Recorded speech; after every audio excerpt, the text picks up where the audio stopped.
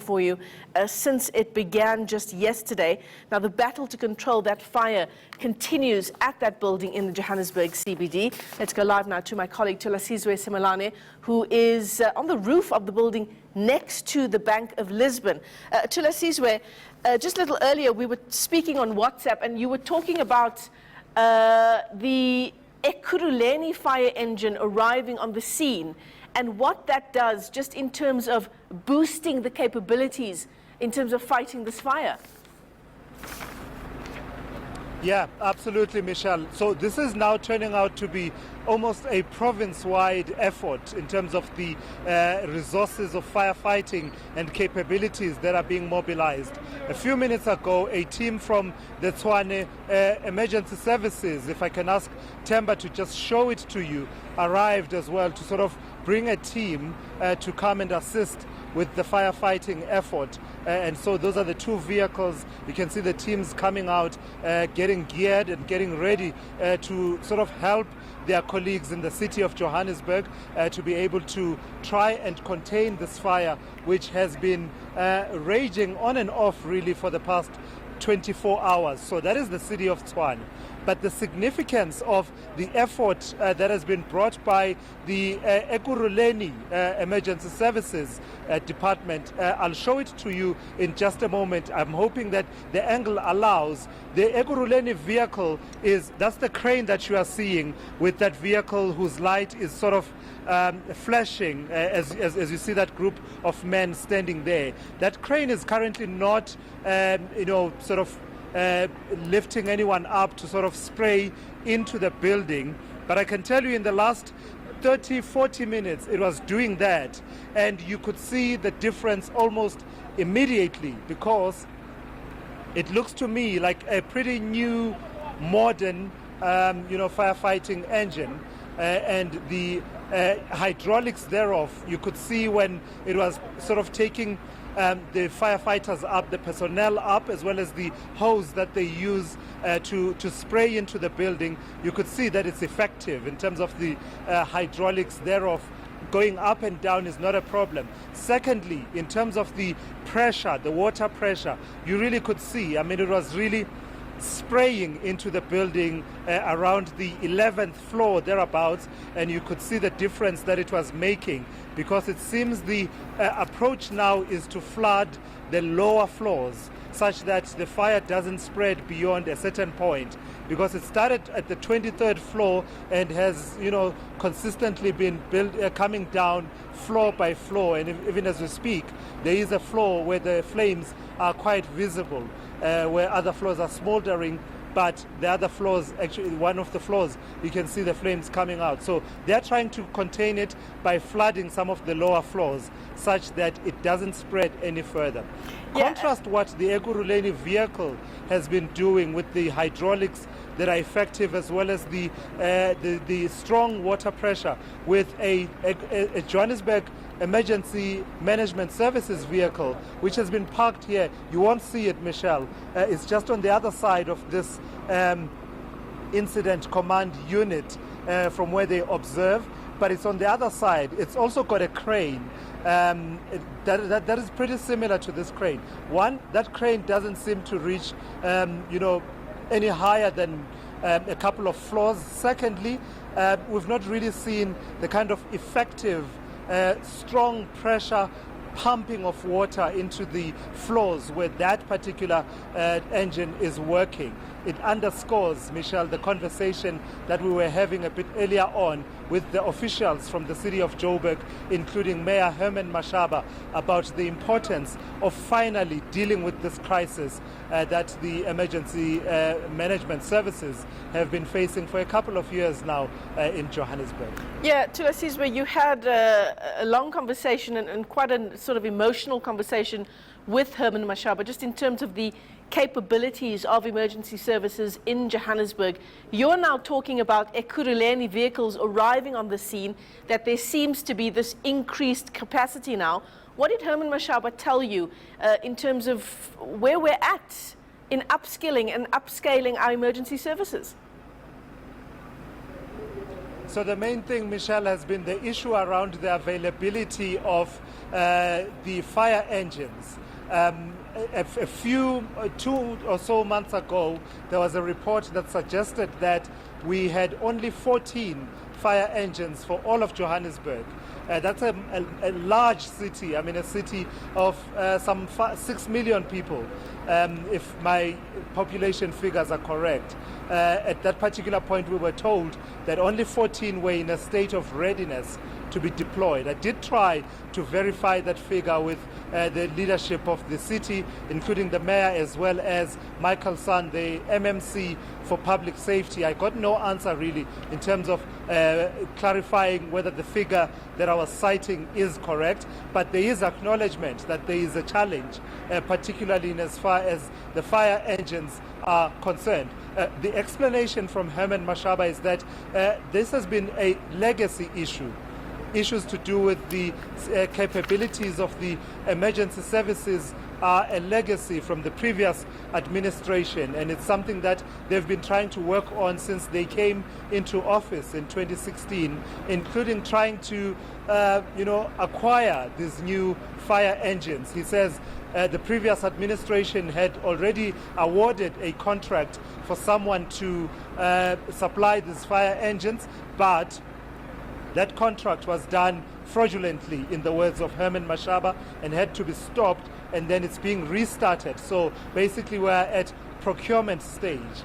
But in the meantime, this is the situation that firefighters find themselves in. You will remember, Michelle, at one point, the analogy that was being used, the sort of way to drive the point home that people were using was to say that Sandton and Alexandra Township in northern Johannesburg, both in northern Johannesburg, were being serviced by only one fire engine. How true, of course, that is something that the officials have not really come back. They're not disputing those figures, interestingly, Michelle. They're sort of accepting that the situation is dire in as far as the fire engines are concerned. Where you will find them arguing is where you raise issues to do with the equipment that the personnel go up with, that they go up to the fire with, things such as the breathing apparatus, where we've heard complaints from firefighters in the last few years complaining about inadequate equipment. The firefighter yesterday, one of them was said to have been opening a window from the floor where they were fighting this fire at this Bank of Lisbon building, and that's when he fell to his death. There you will find the officials disputing some of the claims that are made occasionally by firefighters that actually the equipment we have that we are supplied with is inadequate, and therefore we find ourselves having to be rescued from time to time. But there's no doubt that we've seen a few occasions in the city of Joburg where the rescuers needed rescuing, where we saw firefighters finding themselves in serious trouble. Yeah, Thulasizwe, and one can just imagine what the existing firefighters who are on the scene, those who are now continuing with their jobs, how disheartened they must be in the wake of losing 3 of their colleagues in fighting that fire yesterday. Michelle, some of these things are also symbolic.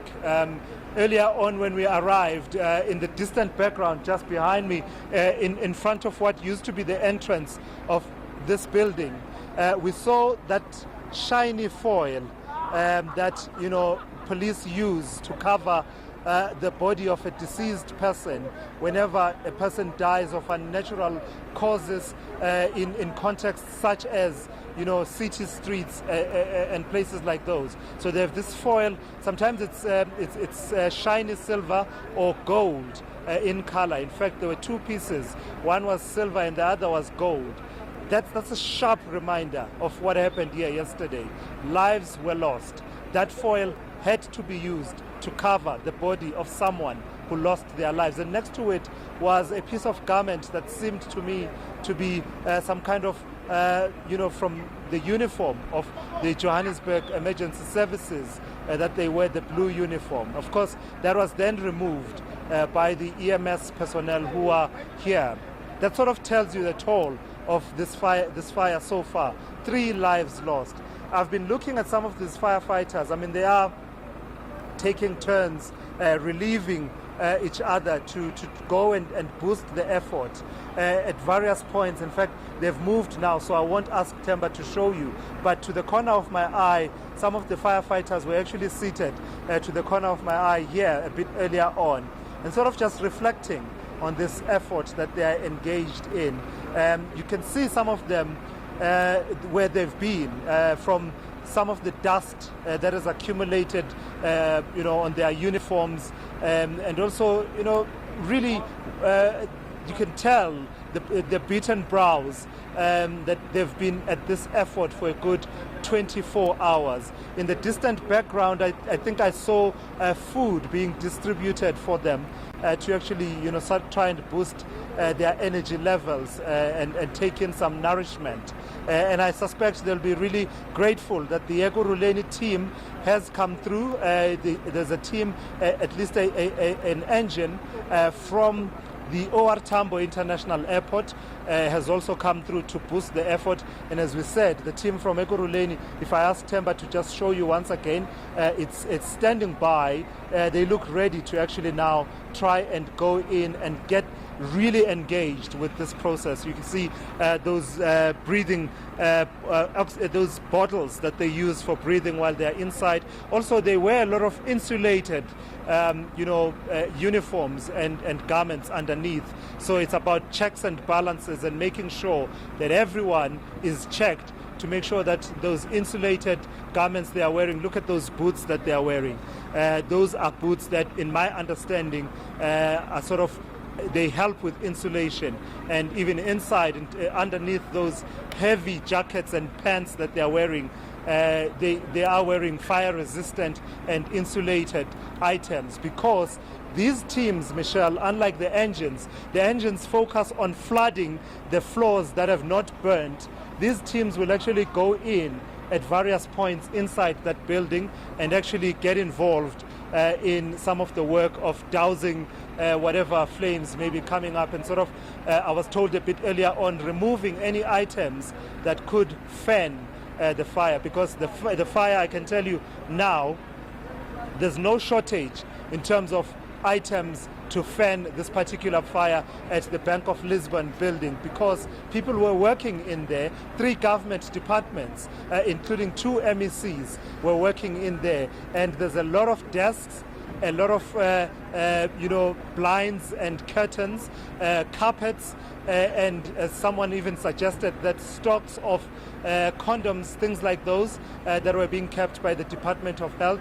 All of that becomes a factor in fueling this fire, which occasionally is fanned by a strong wind, because the higher you go, the stronger the winds are, and that sort of resuscitates fires that at various points seemed to be under control. All right, well, thanks very much for that update. Our reporter on the scene there, and my colleague Thulasizwe Simelane, part of the team from eNCA now, along with Linda Kuhle-Kulu, who are keeping a close eye on that story as that building continues to burn in the Johannesburg CBD. It is now day 2 of the fire. More news in just a moment. Stay with us.